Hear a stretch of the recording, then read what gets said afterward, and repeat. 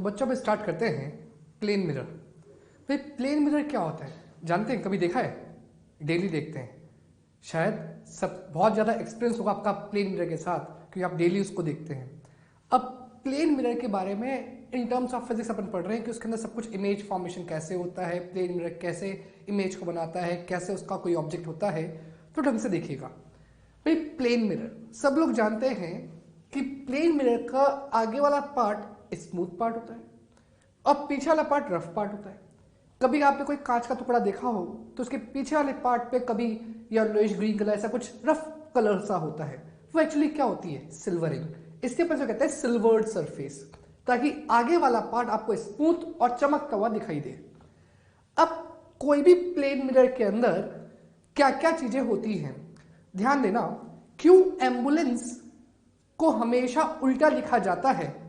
कभी नोटिस करा इस बात को? इसलिए लिखा जाता है ताकि जो आगे वाली कार है, अगर वो इंसान एम्बुलेंस को पीछे देखेगा अपने बैक व्यू मिरर से तो उसको एम्बुलेंस बिल्कुल सीधा दिखाई दे। तो ऐसा क्यों होता है?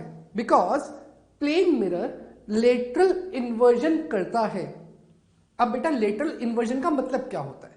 लेटरल इन्वर्जन का मतलब है जैसे मैंने यहां पर लिखा एस, तो क्या एस की जो इमेज बनेगी वो कैसे उल्टा एस बनेगा। मैंने लिखा एम, तो क्या एम की जो इमेज बनेगी वो एग्जैक्ट एम जैसी ही बनेगी।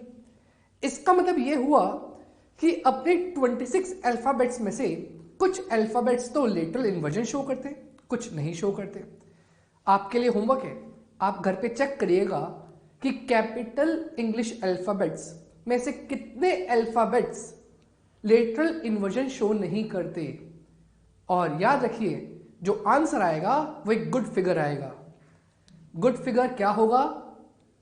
Total 11 alphabets lateral inversion show नहीं करते अगर आप y को, अल्फाबेट y को प्रॉपरली सिमेट्रिकली लिखेंगे तो। दूसरी चीज, perpendicular distance of image from plane mirror is equal to perpendicular distance of object from plane mirror.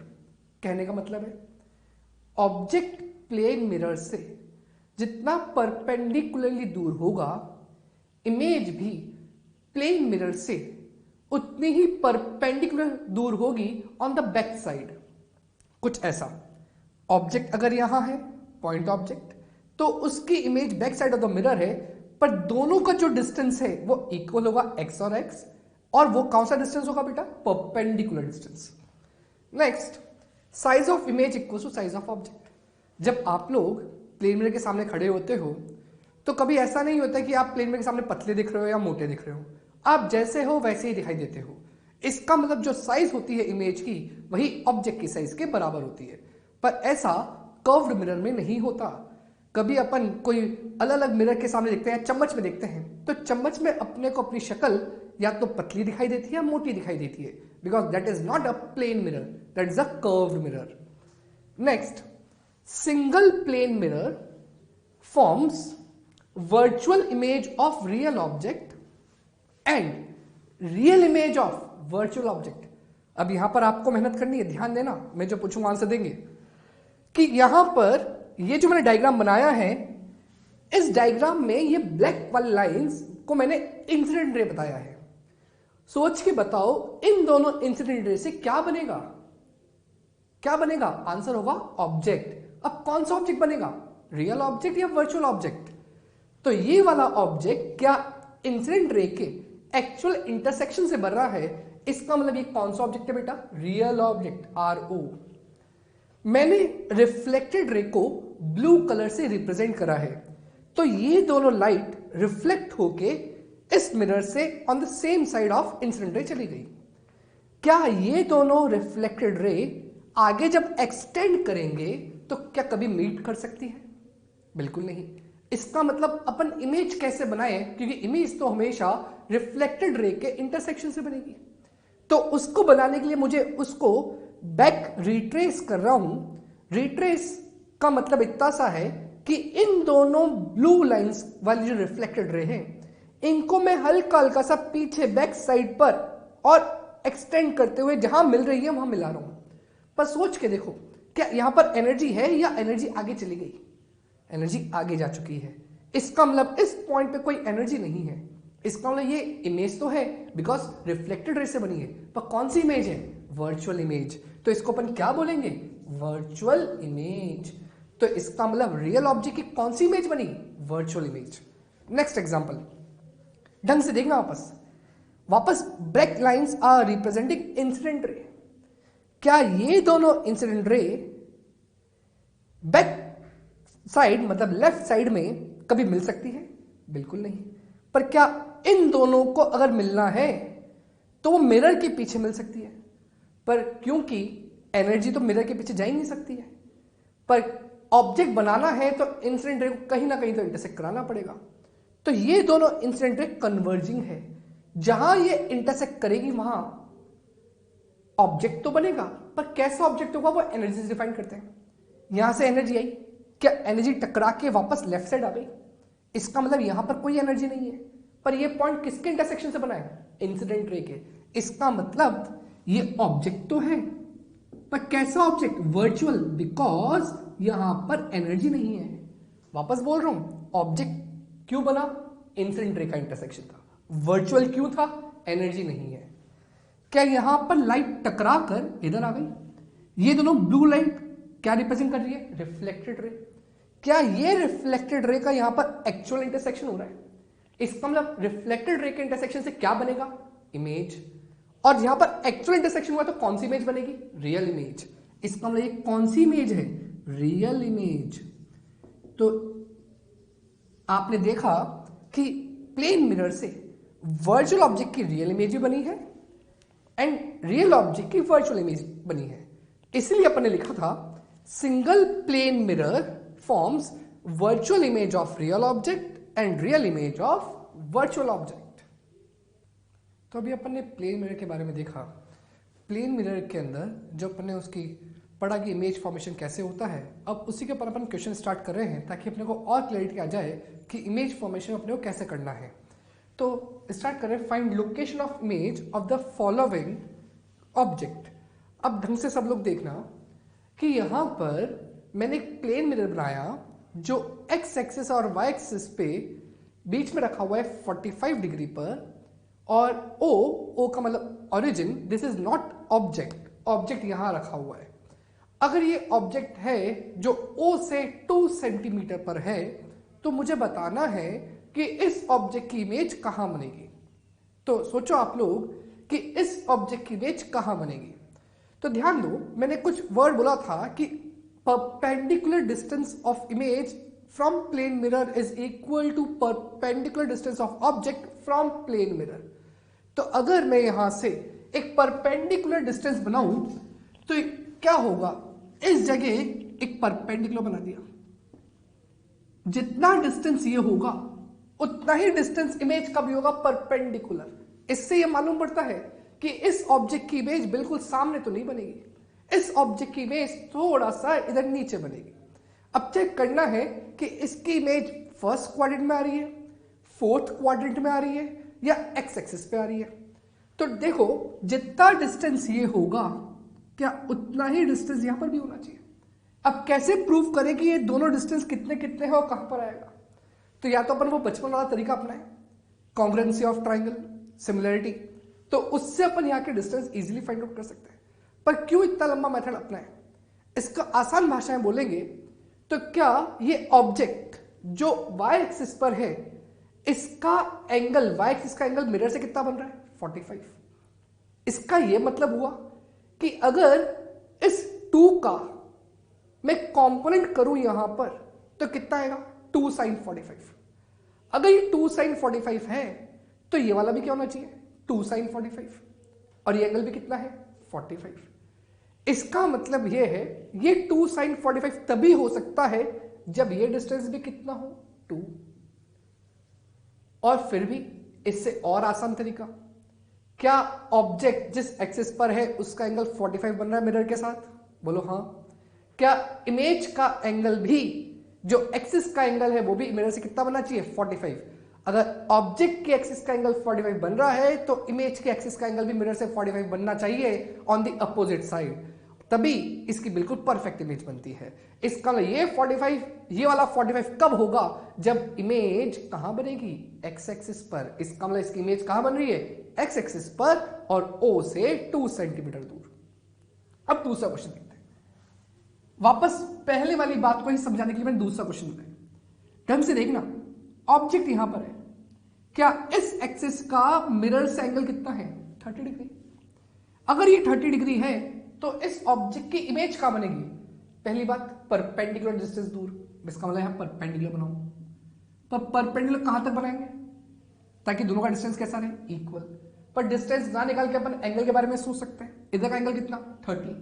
तो इस इमेज पे जो एक्सिस बनेगी उसका एंगल भी कितना बनना चाहिए? 30 बनना चाहिए।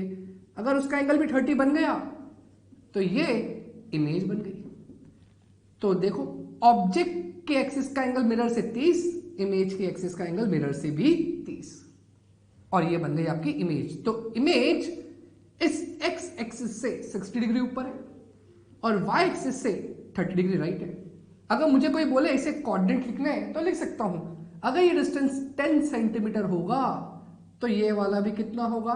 10 सेंटीमीटर। फिर 10 सेंटीमीटर के कंपोनेंट्स कर लो। एक्स एक्सिस पे कितना आएगा? 10 cos 60। वाई एक्सिस पे कितना आएगा? 10 sin 60। और आप इसे क्या लिख सकते हो? कंपोनेंट्स। यहां पर तीसरा क्वेश्चन, ये कोई एक्सटेंडेड ऑब्जेक्ट है। भाई ये वाले ऑब्जेक्ट कौन से होंगे? पॉइंट, जो पॉइंट साइज के होते हैं, जो बहुत सारे पॉइंट से मिलकर बने, उसको क्या बोलेंगे? Extended object. अब मुझे बनाना है इस एक्सटेंडेड ऑब्जेक्ट की इमेज, किसके द्वारा? प्लेन मिरर के द्वारा। तो सोच के देखो कि इसकी इमेज बनेगी या नहीं बनेगी? आंसर होगा बनेगी। अब कैसे जज करा? जब भी ऐसा कंफ्यूजन आए कि इमेज बनेगी या नहीं बनेगी, इस प्लेन मिरर को मन में एक्सटेंड कर दो दोनों साइड लीनियरली। अगर ऑब्जेक्ट के फ्रंट साइड है तो इमेज पक्का बनेगी। अब इमेज कहां बनेगी? वापस एंगल वाली बात, क्या इस ऑब्जेक्ट का एंगल मिरर के साथ 135 डिग्री बन रहा है? तो इमेज का एंगल क्या बनना चाहिए? 135। और साइज ऑफ इमेज किसके बराबर होगी? साइज ऑफ ऑब्जेक्ट के। इसका मतलब यहां से 135 डिग्री, ये वाला यहां पर क्या बन जाएगी बेटा? इमेज। तो बच्चा इस बात समझ में आनी चाहिए कि ऑब्जेक्ट यहां है, इमेज यहां है। अब ये मत सोचना सर परपेंडिकुलर डिस्टेंस कहां हुआ। तो बेटा ये जो मिरर है, अगर मैं इसको एक्सटेंड कर देता तो इसके हेड पे एक पॉइंट मार्क कर दो, इसकी टेल पे, इसके इमेज के हेड पे एक पॉइंट मार्क कर दो। क्या इन दोनों के बीच में एक परपेंडिकुलर डिस्टेंस बन जाता अगर ये इसको एक्सटेंड कर देते? तो आसान तरीका है एंगल से बनाने का। फोर्थ क्वेश्चन, ऑब्जेक्ट यहां पर है और आपको बताना है इसके इमेज के कोऑर्डिनेट्स क्या होंगे? कोऑर्डिनेट्स तो ऑब्वियस सी बात है, ऑब्जेक्ट यहां है तो इमेज कहां बनेगी? बताओ। इमेज यहां बनेगी। अब इस इमेज के कोऑर्डिनेट्स क्या होंगे? क्या ऑब्जेक्ट माइनस एक्स एक्सिस पर है इसलिए minus x, y comma z. तो इमेज यहां पर कहां पर होगी? प्लस एक्स एक्सिस पर। तो इसके कोऑर्डिनेट्स क्या होंगे? X comma y comma z. और सबके सब कैसे होंगे? पॉजिटिव। तो यहां पर क्या बन गई बेटा? इमेज। एक बात और ध्यान देना, क्या इस मिरर का जो नॉर्मल है वो एक्स एक्सिस पर है? यहां नॉर्मल होगा। अगर नॉर्मल इस एक्स एक्सिस पे होगा या लाइट टकरा के ऐसे कुछ जा रही होगी तो ये नॉर्मल बन जाएगा एक्स एक्सिस पे। तो इमेज इस रिफ्लेक्टेड रे के द्वारा ही बनेगी यहां पर। और ऐसा बिल्कुल ना सोचें कि इमेज एक रे से मैंने कैसे बना दी। भाई ऑब्जेक्ट से तो हजारों रे निकल रही है और उन सबको जब मैं आगे एक्सटेंड करूंगा तो सब इमेज पे आके मिलेंगी। तो सिर्फ कौन सा कोऑर्डिनेट चेंज हुआ? एक्स एक्सिस वाला। क्यों? बिकॉज नॉर्मल भी किस पे था? एक्स एक्सिस पे। तो वही कोऑर्डिनेट चेंज होता है जिस एक्सिस पर नॉर्मल होता है। तो प्लेन मिरर पे अब नेक्स्ट क्वेश्चन देखते हैं। भाई बहुत बार अपन जब क्लास में बैठे होते हैं और टीचर पढ़ा रहे होते हैं कुछ ना कुछ, तो एक मन में फीलिंग आती है पीछे मुड़ के एक बार घड़ी देख लेते हैं। पर मन में एक डर भी होता है कि अगर टीचर ने देख लिया आप पीछे मुड़ के घड़ी देख रहे हैं तो वो डांटेंगे। कितना अच्छा होता कि अगर सामने वाली दीवार पे एक मिरर लगा होता जिसमें पीछे वाली घड़ी अपने को प्रॉपर्ली दिखती, तो अपने को फटाफट टाइम ही मालूम पड़ जाता। पर क्या टाइम उसके अंदर वही दिखता क्या जो अब ओरिजिनल टाइम हो रहा होता एक्चुअल घड़ी में? नहीं, टाइम हल्का सा चेंज आता है या मेजर चेंज आता, बिल्कुल मेजर चेंज आता, बिकॉज यहां पर लेटरल इन्वर्जन होता है। तो क्या यहां पर लेटरल इन्वर्जन होने के बाद जो समय अपने को इस मिरर में दिखाई देगा वो समय एक्चुअल तो नहीं होगा। अब एक्चुअल टाइम मालूम करना होगा, या फिर उल्टा सोचें कि अगर मुझे इमेज का टाइम दे रखा है तो मैंने एक्चुअल ढूंढ सकता हूं, या फिर एक्चुअल टाइम दे रखा हो तो मैं इमेज का टाइम भी ढूंढ सकता हूं। अब वो कैसे कर सकते हैं, क्वेश्चन में देखना। मान लेते हैं कि अपने को एक्चुअल टाइम दे रखा है, 4 बज रहे हैं, 8:30 हो रहे हैं, 9:44, 45 हो रहे हैं। तो अगर 4 बज रहे हैं और इस घड़ी के सामने, ये एनालॉग क्लॉक है, इसके सामने मैंने प्लेन मिरर रख दिया, तो प्लेन मिरर में जो इसकी इमेज बनेगी वो इमेज क्या मुझे 4 शो कर रही होगी या कुछ और टाइम शो कर रही होगी? आंसर बताएं। सोच सकते हैं अपन मन में कि इसके अंदर जो टाइम हो रहा होगा वो टाइम 8 बज रहे होंगे। तो इसका मतलब ये हुआ जो प्लेन मिरर में जो इमेज बन रही है घड़ी की, उसके अंदर जो टाइम दिख रहा है वो टाइम एक्चुअल टाइम नहीं दिखता, उसे कहते हैं अपन ऑब्जर्व टाइम। तो जो मेरा ऑब्जर्व टाइम होगा वो कितना आएगा? 8 o'clock। अब ये तो बहुत इजी सा क्वेश्चन था कि 4 है तो 8 दिख रहा होगा। अगर मैं कह दूं कि टाइम 8:30 हो रहा है, एक्चुअल टाइम, वो घड़ी के अंदर क्या दिखाई देगा? घड़ी में तो 8:30 दिख रहा है, पर प्लेन मिरर में क्या दिख रहा होगा? तो प्लेन मिरर में 8:30, कभी कभार मन में डाउट आ सकता है, सर 4:30 भी हो सकता है, सर 3:30 भी हो सकता है, पर एक्चुअल आंसर क्या होगा? तो एक्चुअल आंसर के 2 तरीके, या तो आप एक काम करो, एग्जैक्ट 8:30 बनाओ पेपर पे, उस पेपर को उल्टा करके देख लो, आपको सही टाइम शो होगा, पर उसके लिए अपनी ड्राइंग बहुत अच्छी होनी चाहिए। पर क्या अगर मैं सोचूं कितना लंबा भी क्यों जाना है, तो अपने को आसान तरीका, जब भी टाइम सिर्फ आवर्स में दे रखो, जैसे 4 o'clock, तो उसको 12 में से माइनस कर दो तो आपका ऑब्जर्व टाइम आ जाएगा। अगर टाइम HH और MM में दे रखा है 8:30, तो आप उसको 11:60 में से माइनस कर दो। भाई 11:60 भी 12 o'clock ही है, 60 मिनट्स का मतलब 1 hour हो गया। तो ये सिर्फ 12 को लिखने का तरीका हो गया, HH और MM को उसमें से माइनस कर दो।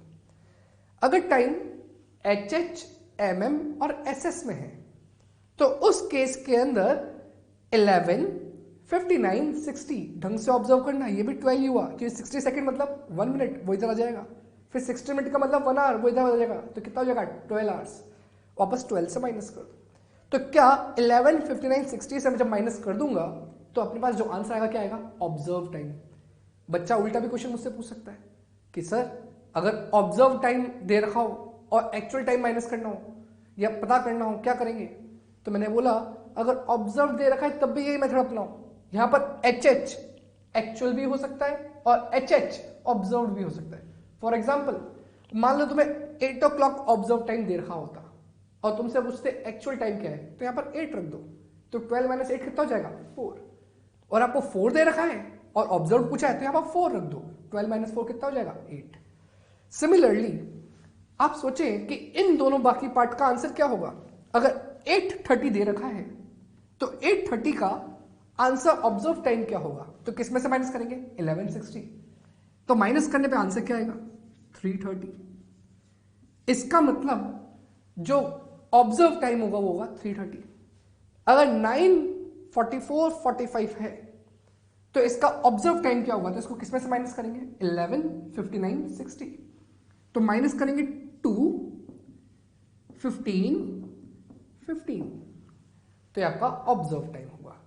वापस बोल रहा हूं, एक्चुअल टाइम मालूम करना है तो ऑब्जर्व टाइम को यहां रख दें HH, MM और SS की जगह, और अगर एक्चुअल टाइम दे रखा हो ऑब्जर्व ढूंढना हो तो यहां पर एक्चुअल टाइम रख दें, आपका दोनों ही आंसर आएगा।